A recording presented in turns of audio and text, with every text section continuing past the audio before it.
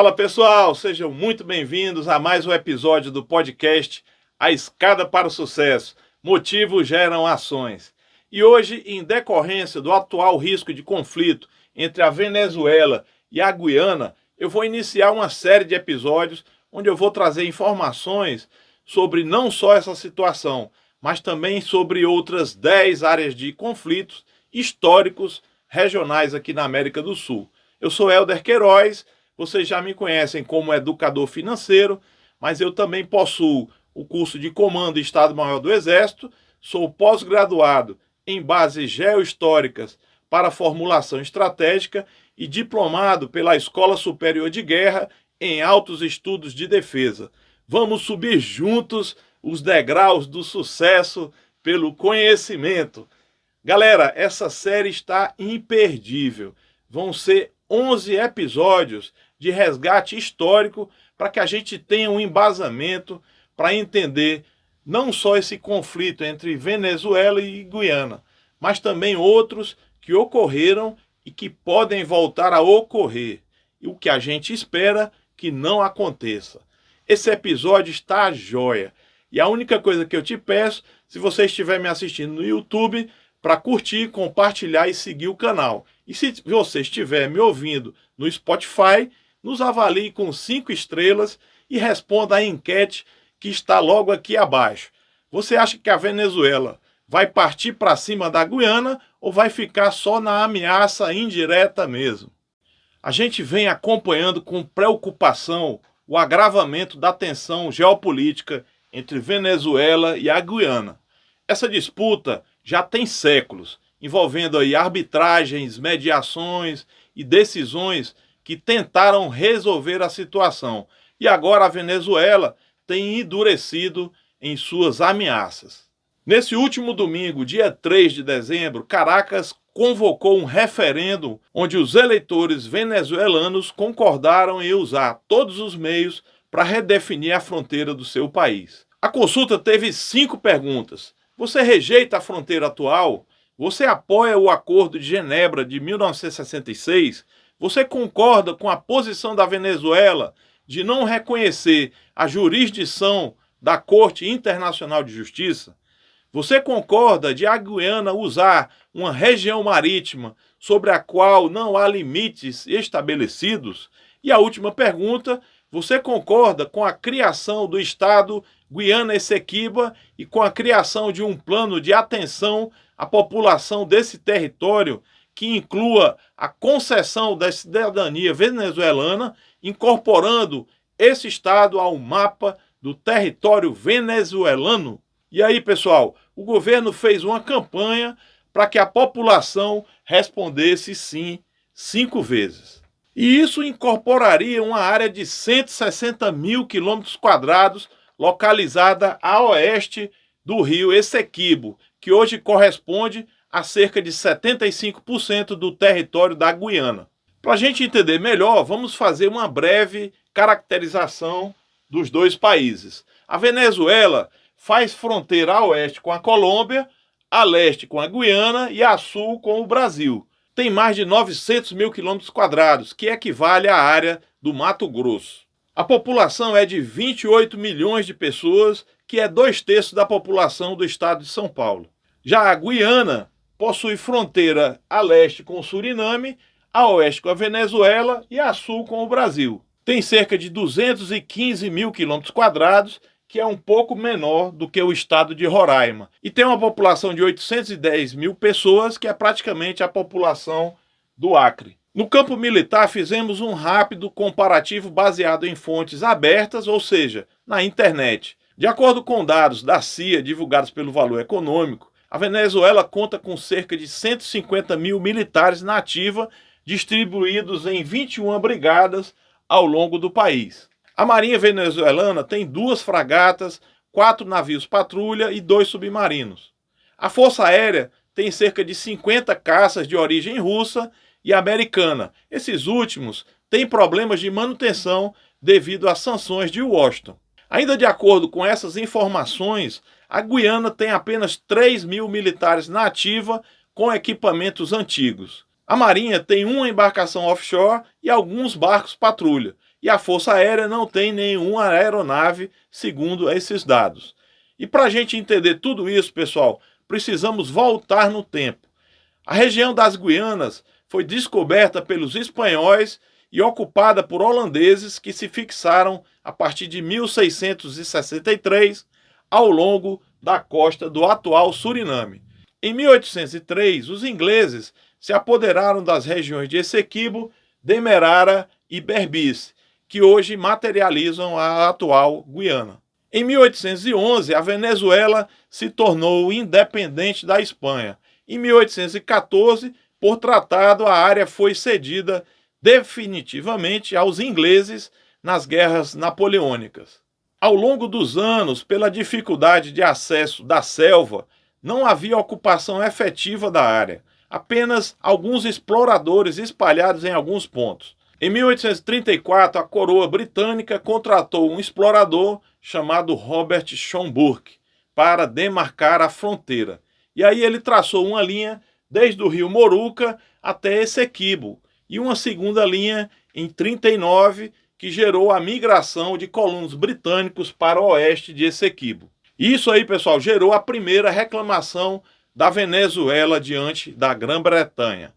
Em fevereiro de 1897, a Venezuela e o Reino Unido firmaram o Tratado de Washington, pelo qual comprometiam-se a resolver um problema mediante uma arbitragem internacional. Na sequência, veio o Laudo de Paris em 1899, que foi favorável à Grã-Bretanha. Após o falecimento de um dos defensores da Venezuela, em 48, encontrou-se em seus papéis um documento que revelava uma negociação secreta que provocou a sentença contrária a Caracas. Esse documento gerou novas reivindicações venezuelanas. Já em 1966, foi firmado o Acordo de Genebra entre Venezuela, Reino Unido e Guiana, que passou a fazer parte do acordo, pois se tornou independente naquele ano. E nesse acordo, reconheceu-se a reivindicação venezuelana sobre a Guiana Essequiba, que permanecia sobre a soberania da Guiana. Sem progresso no plano diplomático, no calor patriótico que varreu a Venezuela, cogitou-se à época uma invasão militar ao Essequibo, caso as negociações fracassassem. Já em 18 de junho de 1970, foi assinado o Protocolo de Porto Espanha entre Guiana e Venezuela, congelando a reclamação venezuelana por 12 anos. Movimentos nacionalistas de militares e civis, que sempre estiveram ativos, se mobilizaram quando os americanos pretenderam instalar uma base de lançamento de foguetes na região, no ano de 2000. Já em 2007, ocorreu um incidente entre Guiana e Venezuela, quando a Venezuela foi acusada de enviar 40 soldados para destruir dragas em águas disputadas. A Venezuela alegou que a operação tinha o objetivo de combater a mineração ilegal fora da zona em disputa. Após a investigação, Caracas pediu desculpa, negando motivações políticas. Do outro lado, o chefe do Estado-Maior guianês reconheceu a falta de capacidade de impedir a entrada de militares venezuelanos, mas alertou que responderiam se a Venezuela atacasse primeiro. Já em 2018, surgiram boatos de que o governo da Venezuela pretendia invadir o território da Guiana para anexar a zona em disputa. E a ONU indica a Corte Internacional de Justiça como fórum para decidir essa disputa. E agora, em 2023, após a Corte Internacional rejeitar queixa da Venezuela, a situação se agravou, com Caracas levando o povo da Venezuela a votar essas 5 questões relativas à região de Essequibo. A consulta popular foi determinada com apoio dos partidários de Maduro e da oposição, tudo isso praticamente às vésperas do ano eleitoral. O regime divulgou que 96% da população apoiou a anexação da região. Em 5 de dezembro, Nicolás Maduro propôs uma lei considerando a região de Essequibo como um estado venezuelano e determinando um general como responsável pela área. Agora vamos a alguns possíveis motivos dessa confusão. Embora a área de Essequibo seja de difícil acesso e desfavorável ao povoamento, é reconhecidamente rica em minérios e pedras preciosas. Já na costa guianense, correspondente à zona econômica exclusiva de Essequibo, foram recentemente descobertas reservas de 11 bilhões de barris de petróleo, e a Guiana já está explorando em parceria com companhias norte-americanas e chinesas. Outro bom motivo, pessoal, é que embora a Venezuela tenha uma reserva de quase 300 bilhões de barris, o petróleo da Venezuela não é bom e requer muito dinheiro para ser refinado. Já o petróleo da Guiana tem uma qualidade muito superior. Mas, Helder, como poderia ser uma operação militar da Venezuela para conquistar Essequibo, numa área de 160 mil quilômetros quadrados? E aí, pessoal, essa é uma opinião pessoal minha e não reflete nenhum outro tipo de opinião, nem de pessoas, nem de instituições.